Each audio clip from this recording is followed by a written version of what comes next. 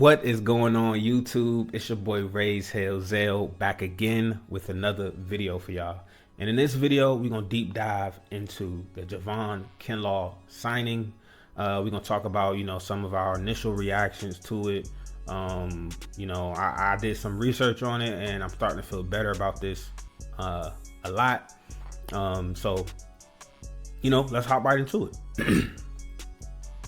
So first things first, before we take a look at these stats that's on the screen, I just want to say we obviously signed him for $45 million, $30 million guarantee in a 3-year contract.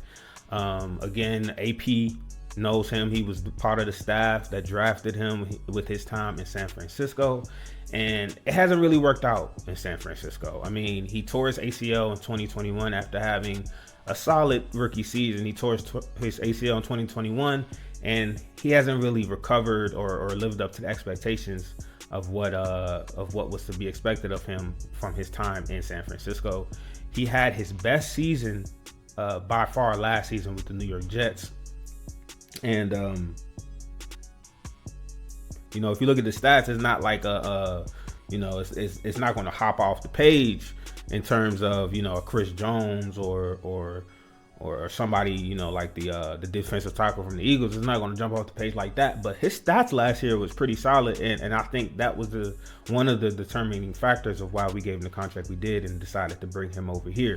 But let's take a look at his stats real quick, y'all. Let's take a look. Last year with the Jets, he had a total of 40 tackles, 27 solos, 4.5 sacks for a defensive tackle, which isn't bad.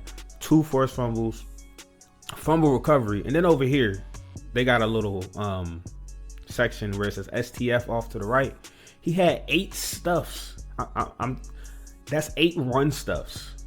8 run stuffs last season. That's really good in my opinion. I think that's solid, but probably not like super good, but it's really solid. Like, these are some solid stats for a defensive tackle. And I know, like I said, a lot of us were skeptical of his signing, but I mean, that's what the market dictates. I mean, if you look at all these other guys around the league, they're getting paid too. I mean, like I said, the cap rose this year. A lot of these signings look like a lot of money, but that's just because teams have more money available to spend, and players are going to demand more money knowing that. So I feel like we paid him what the market dictates, and that we paid him what he deserves, in my opinion. So I expect us to use how I expect the Commanders to use him is like a Swiss Army knife. He's going to play all across the line, in my opinion. He's going to play inside and he's going to play outside. He's going to be setting the edge for us. He's going to be rushing the passer. I think they just going to kind of let him loose. I think he's one of the defensive tackles. He's going to probably get the most snaps on defense, on the defensive line, out of all our current roster players right now on the defensive line. Like, we're going to use him as one of our defensive line anchors. And even though this is a risk per se, this is kind of a risk signing, especially signing him to 3 years instead of like 1, like we've been doing most of the players on the roster.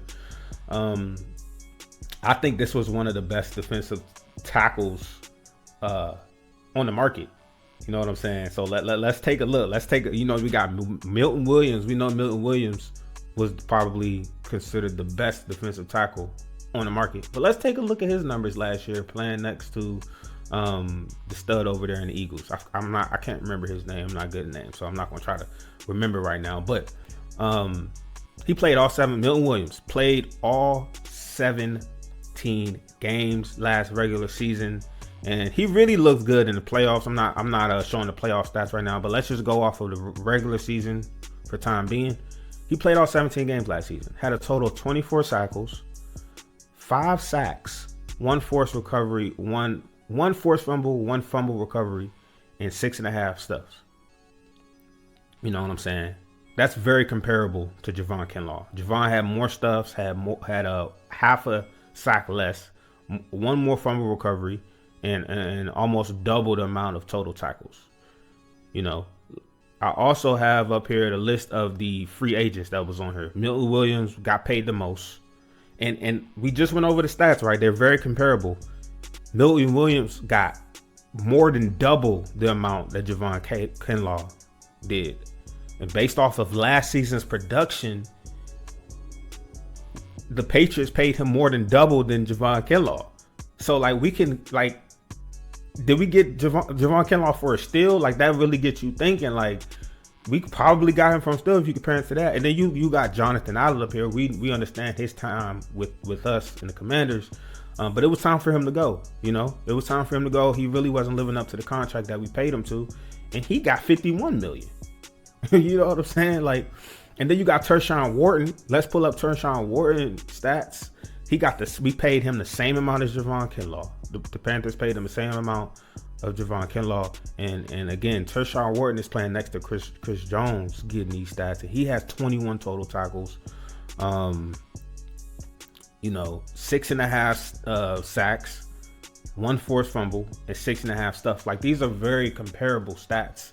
And Javon Kinlaw was able to get more tackles than all these guys at defensive tackle, and get more run stuff than all these guys at defensive tackle.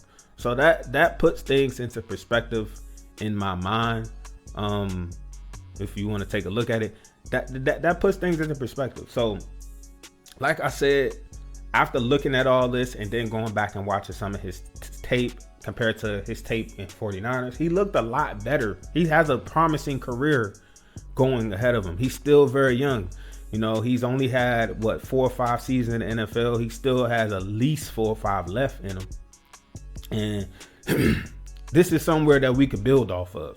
You know, we knew going in that we was probably going to lose Daron Payne or Jonathan Allen. Ended up being Jonathan Allen. We needed somebody that was going to replace him. And I think he has a chance. If he can build upon the season that he had last year with the Jets, I think he has a legitimate chance of playing even better that season and being better than at least better than what Jonathan Allen was for a couple of seasons. I know Jonathan Allen had some pretty good years with us earlier in his career, but lately he hasn't been good, and I think Javon Kinlaw will be that for sure. Again, AP, this is one of AP guys, and I think when this and one thing I didn't mention so far is that this signing is like the number one factor in what our biggest weakness was. And I talked about this on previous videos. Our biggest weakness was stopping the run. And Javon Kinlaw is a run stopper. He's an edge setter. That's what he specializes in. And that's what we get out and got him for half the price of Milton Williams, who I think is drastically overpaid.